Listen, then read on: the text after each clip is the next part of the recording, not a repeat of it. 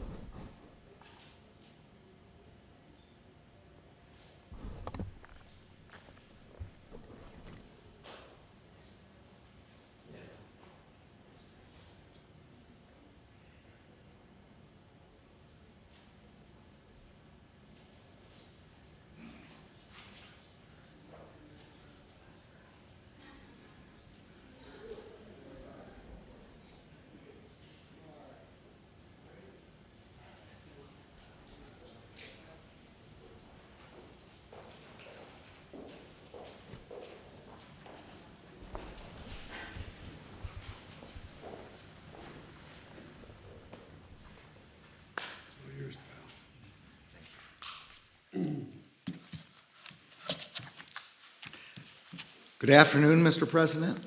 It's good to be here with you and with the local elected and community leaders and with representatives of law enforcement. Protecting our communities from violent crime is a top priority for the Department of Justice and one of our most important responsibilities. I'm glad the President brought us together today to discuss a subject of such importance to the public we serve. As our participants in today's roundtable have noted, the increase in violent crime in 2020 and early 2021 is deeply troubling. That is why last month, the Justice Department launched a comprehensive violent crime reduction strategy. This strategy is built around 4 principles: setting strategic enforcement priorities, fostering trust with and earning legitimacy in our communities, investing in community-based prevention and intervention programs, and measuring the results of these efforts through a decrease in violent crime, not merely by arrests and convictions as if they were ends in themselves. Now, we know that the lion's share of violent crime reduction work is shouldered by our state, local, tribal, and territorial law enforcement partners. Core to our strategy is targeted support of the critical work that you will be doing in the weeks and months ahead. Every one of our U.S. Attorney's offices is working with its local partners to establish an immediate plan to address the spike in violent crime that typically occurs during the summer. And the law enforcement components of the department are making enhanced resources available to help prevent and disrupt violent crime and to focus on the most dangerous, most violent offenders. The department is also strengthening our Project Safe Neighborhoods, our cornerstone initiative that brings together law enforcement and community stakeholders to develop solutions to pressing violent crime problems. Community-led efforts are vital to preventing violence before it occurs.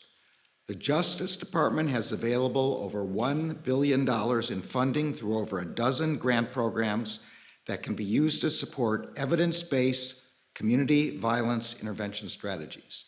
And I want to say that's what I found particularly useful in our discussion just a few minutes ago, was the fact that there are such evidence-based programs available, and I'm hoping that you will get together with us so that we can spread those across the country, as well as, of course, funding your own. A properly functioning criminal justice system is essential to our efforts as well. The department has grant funding available to help cities resume court operations and services that were curtailed during the COVID-19 pandemic. That includes funding for technology and equipment, for courts to address the backlog of cases and enhance access to justice. We know that an effective violent crime reduction strategy must also address the illegal trafficking of firearms and focus on keeping guns out of the wrong hands. And so the department is delivering on the promises we made here at the White House in April. On May 7th, we issued a proposed rule to help address the proliferation of ghost guns. On June 7th, we issued a proposed rule to clarify that pistols equipped with certain stabilizing braces are subject to the same statutory restrictions as easily concealable short-barreled rifles. And on the same day, the department published model extreme risk protection order legislation for states to consider as they craft their own laws to reduce gun violence. We are now taking further steps. First, we will hold gun dealers that break the rules accountable for their actions. Most federally licensed firearms dealers operate legally in selling guns to individuals who have passed background checks. But those dealers that willfully violate the law increase the risk that guns will fall into the wrong hands. Absent extraordinary circumstances, ATF will initiate proceedings to revoke the licenses of dealers that willfully violate the law by failing to conduct required background checks, falsifying records, failing to respond to trace requests, refusing to permit ATF to conduct inspections, or transferring firearms to persons who are prohibited from owning them. Second, we are seeking funding to increase ATF's dealer inspection capacity and improve its effectiveness. ATF has very limited inspection resources. The President's fiscal 2022 budget requests resources to add inspection positions in every field division. The effectiveness of the enforcement program depends on the ability to identify and focus on those dealers that pose the greatest risk to public safety. Starting today, ATF will make clear to investigators in every field division that, as they prioritize inspections, they must consider the extent to which firearms sold by a dealer are later used in criminal activity. Third, we will improve information sharing with state, local, tribal, and territorial partners to help bring more intelligence and law enforcement resources to bear, as well as with the public to increase our own accountability. Today, ATF has a point of contact in every field division to receive information from mayors, police chiefs, and other local leaders about firearms dealers they believe are acting unlawfully. And starting next month, ATF will begin sharing inspection data with the 16 states that license or regulate firearms dealers themselves. Also beginning next month, ATF will publicly post information about inspection frequency and outcomes disaggregated by field division, providing for enhanced transparency and accountability. Fourth, we are launching a concerted effort to crack down on gun traffickers. Yesterday, the department announced that it will establish 5 new cross-jurisdictional law enforcement strike forces within the next 30 days. The strike forces will focus on addressing significant firearms trafficking corridors that fuel violence in New York, Chicago, Los Angeles, the San Francisco Bay Area, and Washington, D.C., as well as in cities and towns along the way. The Justice Department's violent crime reduction strategy and our initiatives to stem the rising tide of illegal guns will save lives. But these steps alone will not solve the problem of violent crime. Success depends on all of us joining together, those of you in this room, the many like you across the country who are working to keep their communities safe, and the people of our communities themselves. I would now like to introduce President Biden, who has emphasized the importance of this issue and who has my gratitude for gathering us together today. Thank you.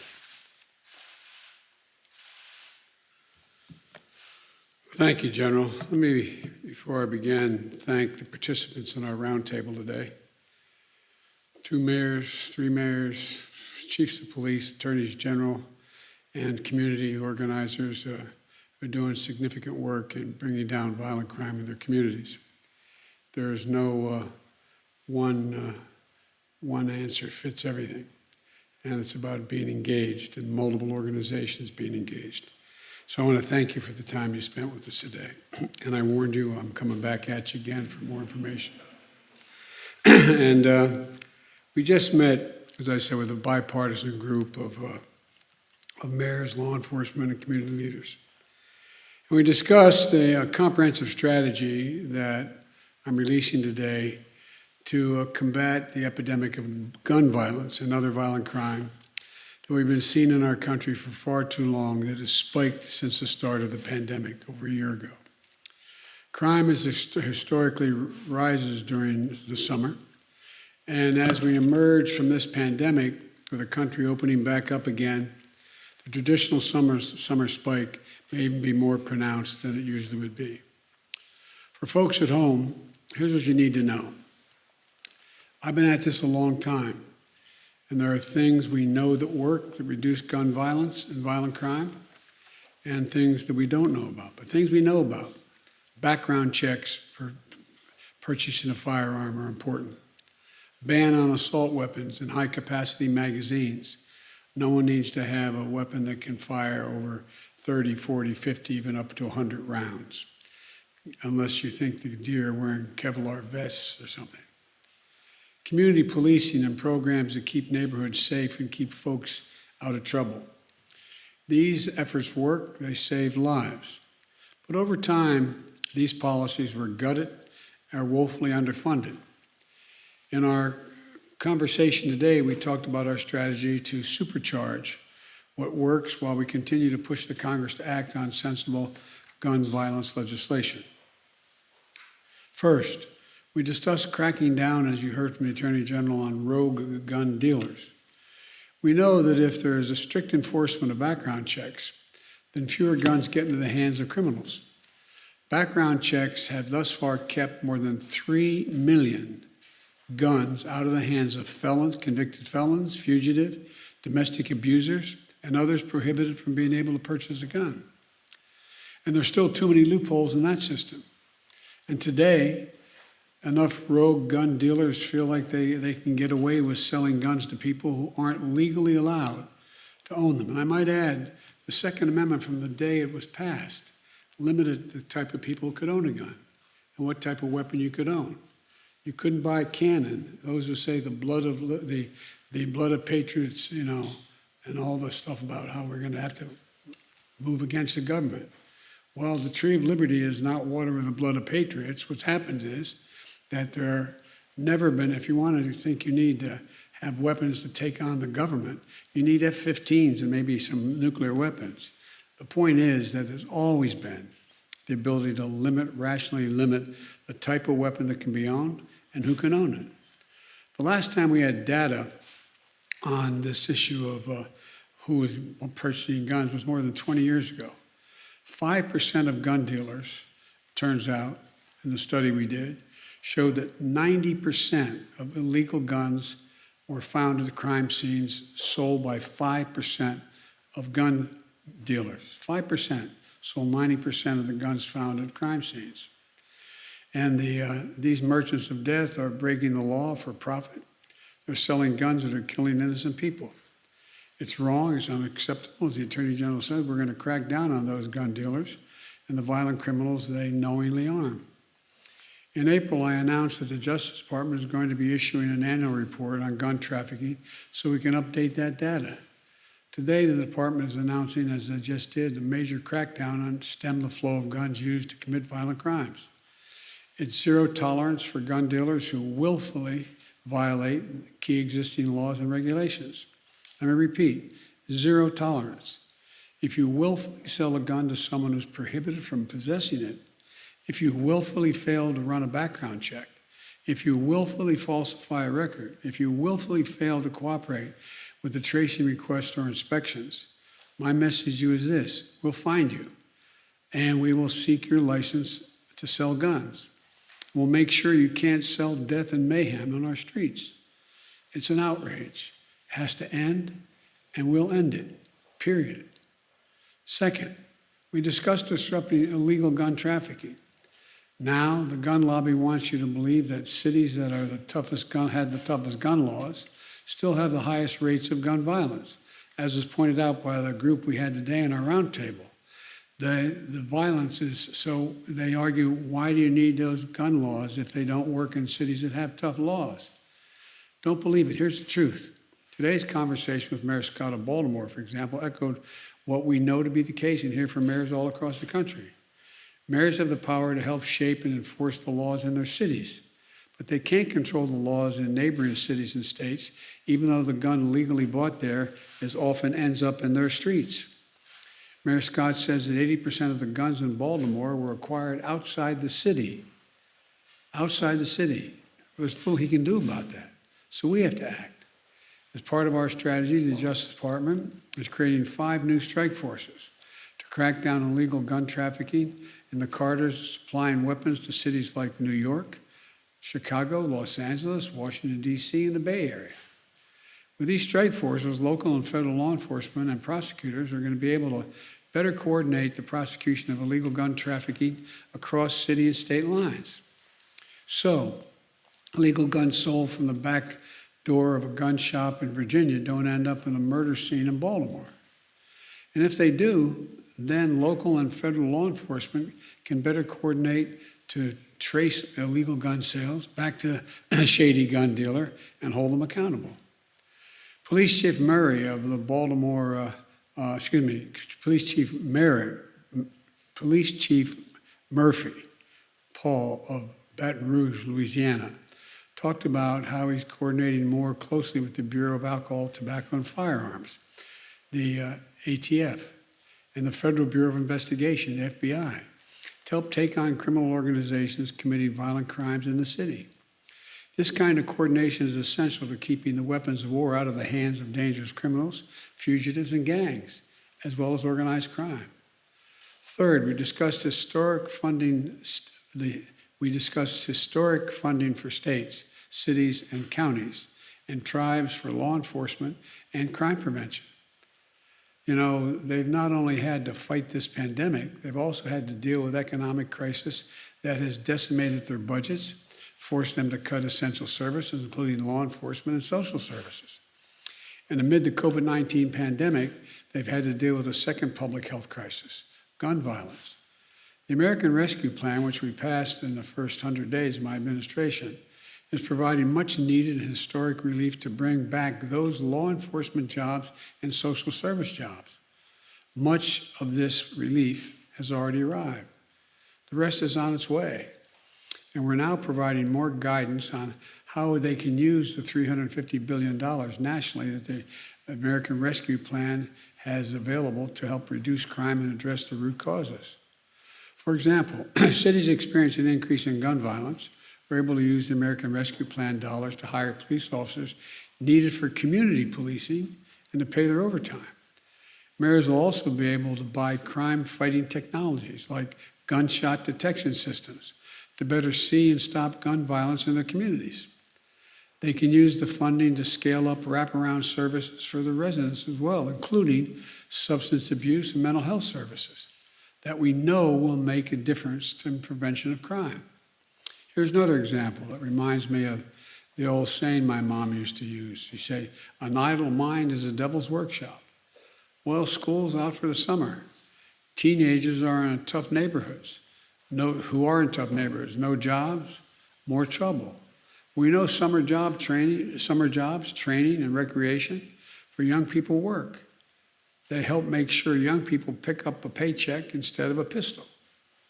One study found in Boston Summer Jobs Program for Youth Reduction reduced violence crimes by 35% in Boston.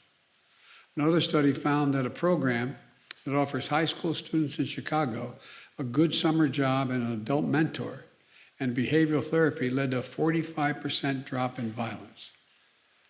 We can invest in more of these programs with the American Rescue Plan. And here's another thing states, cities, counties, and tribes can do with that funding.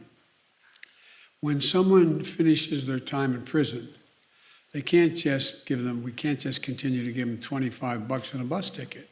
They end up right back where they started and got them in trouble in the first place.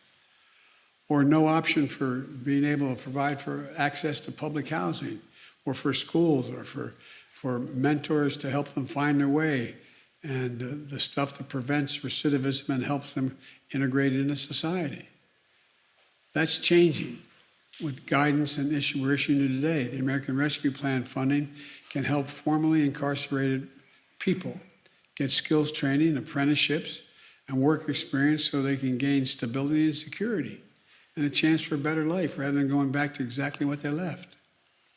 Attorney General Greenwald of New Jersey and Mayor Daniela Levine Cava of Miami-Dade talked about their efforts to lift up those kinds of community programs that reduce gun violence, keep communities safe, and make real positive difference in people's lives. And for folks at home, the American Rescue Plan, which is a once-in-a-generation investment to reduce violence in America, is available. I'm proud of it. It means more police officers, more nurses, more counselors, more social workers, more community violence interrupters to help resolve issues before they escalate into crimes. It means we go after the people who flood our streets with guns and the bad actors who decide to use them to further terrorize the communities. It means saving lives. And Congress should in no way take away this funding. It's already been appropriated. In fact, a few weeks ago, the bipartisan United States Conference of Mayors, the National League of Cities, National Association of Counties, they all came out forcefully against efforts to reclaim American Rescue Plan funds that have already been allocated to the states, cities, and counties and tribes. This is not a time to turn our backs on law enforcement or our communities. Fourth, we discussed the need to support community violence intervention. These are local programs that utilize trusted messengers, community members and leaders, to work directly with people who are most likely to commit gun crimes or become victims of gun crimes. We know who they are. They intervene before it's too late, these interrupters. Turn down the temperature, halt the cycle of retaliation, connect people to social services, and it works. Community violence intervention programs have shown a reduction in violence of up to 60% in many places. We heard from 2 community leaders that do this work. Eddie, thank you for coming from Chicago. You were really, quite frankly, it was impressive, your presentation. And Devon Bogan from Richmond, California. Eddie was formerly incarcerated for gun homicide, and Devon lost his brother to gun violence. And Eddie worked as a violence interrupter. Now he runs a program that provides high-risk men with cognitive behavioral therapy to help them react to the impulses by slowing down rather than following through on the violence. It puts them in paid jobs to change their trajectory. The program has reduced shootings by 40%. Devon runs a program across California and 6 other states that enroll high-risk individuals in peace fellowships, complete with intensive mentoring and social services. It's saving lives. In Sacramento, for example, 91% of the participants stayed away from gun violence. States and cities should invest in American Rescue Plan funds in those kinds of anti-violent crime programs. And today I'm announcing that the White House will be working with 15 jurisdictions that are doing exactly that, from Baltimore to Baton Rouge to Memphis to Minneapolis, to build up their community violence intervention programs starting this summer. And Mayor Steve Allender of Rapid City, South Dakota, a Republican and a former chief of police himself, joined us today and will be part of the effort to help disrupt cycles of crime and violence in his community and nearby tribal communities. We need more mayors to follow, and I'm going to be keep pushing for more of these proven programs, which are part of the American Jobs Plan in my budget. Fifth, and I'll close with this, we talked about the lives we lost have already been lost and the lives that we can save. We talked about how much pain and loss so many people have experienced and so many people have now accepted as their fate here in America. We have an opportunity to come together now as Democrats and Republicans, as fellow Americans, to fulfill the first responsibility of government on our democracy, to keep each other safe. Enough. That means Congress passing sensible gun prevention, violence prevention initiatives makes sense. Background checks, ban on assault weapons, repeal of liability shield for gun manufacturers. It means the Senate reauthorizing the Violence Against Women Act, my proudest legislative accomplishment, to close the so-called boyfriend loophole. It's boyfriend and stalking loophole to keep guns out of the hands of abusers. We added the provision saying if you have a stay-away order, you are stalking someone and you're told that has to stop, you can't own a weapon. Every single month, an average of 57 women are shot and killed by an intimate partner. We can help stop that. It means confirming my outstanding nominee to lead the the ATF, David Chipman. It's been without a leader for a while. The top job has been unconfirmed for much too long. A career and distinguished ATF official for 25 years, David is eminently qualified for the job that we desperately need to fill. As Vice President, I pushed hard to lift the freeze on gun violence research at the Center for Disease Control, the CDC. Guess what? Why should they not be able to study gun violence and what causes it? But there's been a block on it. I want to unfreeze that. As president, my budget doubles funding for the gun violence research at the CDC and the National Institutes of Health, the NIH, to study gun violence as a public health threat that it is. And while we keep pushing there, Vice President Harris and I also, and our entire administration, will continue taking action where we can. Let's stop the proliferation of ghost guns, as we announced back in April with the Attorney General. We need to support the development of smart gun technologies. This doesn't affect responsible gun owners or Second Amendment rights. It helps keep guns out of the hands of people who shouldn't have them in the first place, from a child who accidentally picks it up to a burglar or a violent criminal trying to steal it and use it. We need to keep building on the gun violence and crime prevention strategy we're laying out today. Folks, this shouldn't be a red or blue issue. It's an American issue. We're not changing the Constitution. We're enforcing it, being reasonable. We're taking on the bad actors doing bad and dangerous things in our communities and to our country. Talk to most responsible gun owners and hunters. They'll tell you there's no possible justification for having 100 rounds in a magazine of a gun. Like I've said before, what do you think? The deer wearing Kevlar vest? Responsible gun owners will tell you that there are too many people today who are able to buy a gun but shouldn't be able to buy a gun. And these kinds of reasonable reforms have overwhelming support from American people, including gun owners. The bottom line is this: let's show the world and show ourselves that democracy works, that we can come together as one nation. We can do this and save lives. So thank you. God bless you all, and may God protect our troops. And again, I thank you all for participating. But the bad news for you all is I'm coming back. I need your continued help. So thank you very, very much. In general, thank you.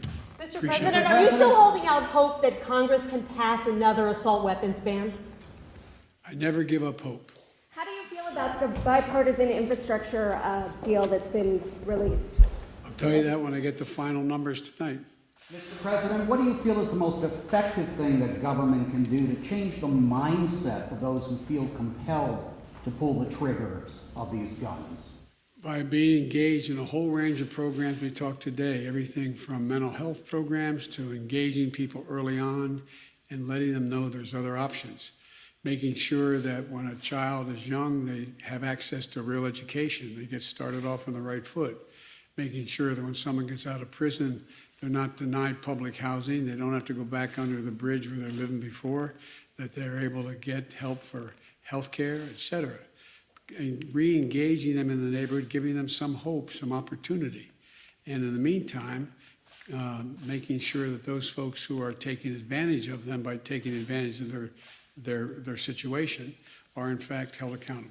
Thank you all so much. How much of a care of the voting rights bill? Do you think it's time to reform the filibuster? I think it's time to pass the voting rights.